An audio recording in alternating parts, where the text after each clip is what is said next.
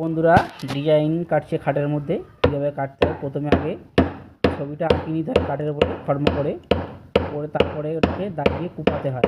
কীভাবে কুপাচ্ছে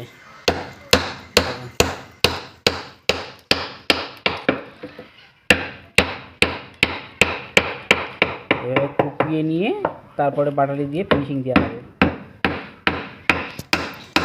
দেখো কীভাবে ফিনিশিং দিচ্ছে, এভাবে ফিনিশিং দিতে হয়।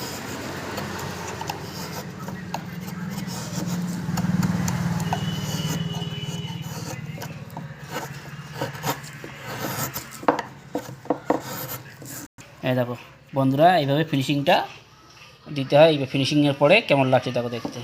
ঠিক আছে, এটা হচ্ছে গোলাপ ফুল। ঠিক আছে, এই যে লাভ ডিজাইন কাটা হয়েছে খাটের মধ্যে।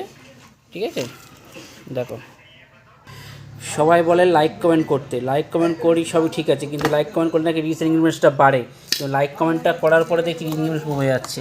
তোমরাই বলো বন্ধুরা, লাইক কমেন্ট করে যদি রিচ এঙ্গেজমেন্ট কমে যায় তাহলে লাইক কমেন্ট করে কী লাভ? হ্যাঁ, দেখো কত সুন্দর লাগছে দেখতে নকশাটা। দেখো কেমন লাগছে একটু কমেন্ট করে তোমরা সবাই বলো।